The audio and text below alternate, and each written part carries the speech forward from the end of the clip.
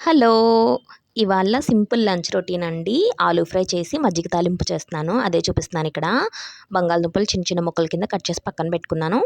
Next ఫ్రిడ్జ్‌లోంచి పెరుగు తీసి బయట పెట్టి, నెక్స్ట్ ఆనియన్స్, పచ్చిమిర్చి కూడా కట్ చేసి రెడీగా పెట్టుకున్నాను. మీన్‌వైల్ రైస్ కూడా కడిగేసి పొయ్యి మీద పెట్టేసాననమాట. నెక్స్ట్ వచ్చేసి ఇక్కడ పెరుగు చెప్పాను కదండీ! అది ఇలాగా మనం చిక్కగా మజ్జిగలాగా చేసుకోవాలి. మజ్జిగలా చేసుకున్న తర్వాత ఆ మజ్జిగలోకి కొంచెం సాల్ట్ కూడా యాడ్ చేసుకోండి.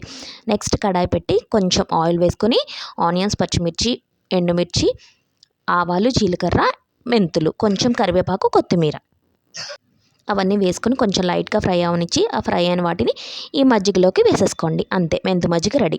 నెక్స్ట్ అదే కడాయిలో కొంచెం ఆయిల్ వేసుకొని ఈ పోపు వేసుకోండి. ఫస్ట్ ఆవాలు, జీలకర్ర, కరివేపాకు, ఎండుమిరపకాయలు అవి వేగిన తర్వాత మనం కట్ చేసి పెట్టుకున్న బంగాళదుంపలు కూడా వేసేసుకోండి.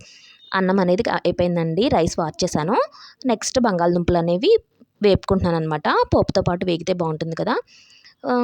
ఫ్రైకి సరిపడా సాల్ట్ కూడా యాడ్ చేసేసుకున్నానండి. నెక్స్ట్ కొంచెం ఒక హాఫ్ స్పూన్ కొంచెం పసుపు కూడా వేసుకున్నాను. ఫ్రై అనేది మధ్య మధ్యలో కలుపుతూ ఉండండి. ఫ్రై బాగా వేగింది. ఇప్పుడు కారం కూడా యాడ్ చేసేసుకున్నాననమాట. మీలో ఎంతమందికి కాంబినేషన్ ఇష్టమో కామెంట్ చేయండి.